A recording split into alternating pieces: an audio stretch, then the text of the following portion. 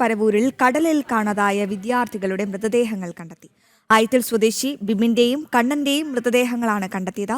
+1 വിദ്യാർത്ഥികളാണ് ഇരുവരും. വിവരങ്ങളുമായി എം മനോജ് ചേരുന്നുണ്ട്. മനോജ്, വളരെ ദുഃഖകരമായ വാർത്തയാണ് നമ്മെ തേടിയെത്തുന്നത്. ഈ കുട്ടികളെ എപ്പോഴാണ് കാണാതായത്? ഒപ്പം ഈ കുട്ടികൾ ഏത് സാഹചര്യത്തിലാണ് കടലിൽ ഇറങ്ങിയത്?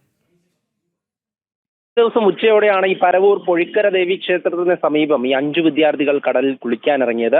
തിരയിൽപ്പെട്ട വിദ്യാർത്ഥികളെ 3 പേരെയാണ് കഴിഞ്ഞ ദിവസം അവിടെ ഉണ്ടായിരുന്നവരൊക്കെ ചേർന്ന് രക്ഷപ്പെടുത്തിയത്. അതിനുശേഷം കണ്ണനെന്നും ബിബിനെന്നും പേരുള്ള 2 വിദ്യാർത്ഥികൾ, അതായത് കരിക്കോട് TKDM സ്കൂളിലെയും അയത്തിൽ VVHS സ്കൂളിലെയും +1 വിദ്യാർത്ഥികളാണ് ഇരുവരും.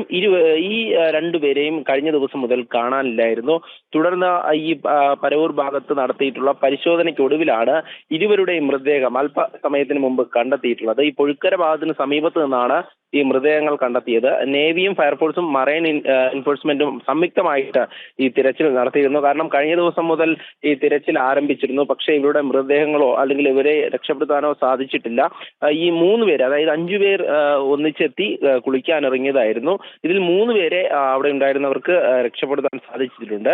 എന്തായാലും ഇപ്പോൾ 2 വിദ്യാർത്ഥികളാണ് ഇത്തരത്തിൽ കടലിൽ തിരയിൽപ്പെട്ട് ഇത്തരത്തിൽ ജീവൻ പൊലിഞ്ഞിരിക്കുന്നത്. ഇവരുടെ മൃതദേഹങ്ങൾ പോസ്റ്റ്മോർട്ടം നടപടികൾക്കായി പാരിപ്പള്ളി മെഡിക്കൽ കോളേജ് ആശുപത്രിയിലേക്ക് മാറ്റിയിട്ടുണ്ട്.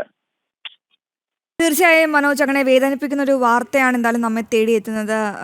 കൊല്ലം പരവൂരിൽ കടലിൽ കാണാതായ +1 വിദ്യാർത്ഥികളുടെ മൃതദേഹങ്ങളാണ് കണ്ടെത്തിയത്. മനോജാണ് വിവരങ്ങൾ പങ്കുവച്ചതിന്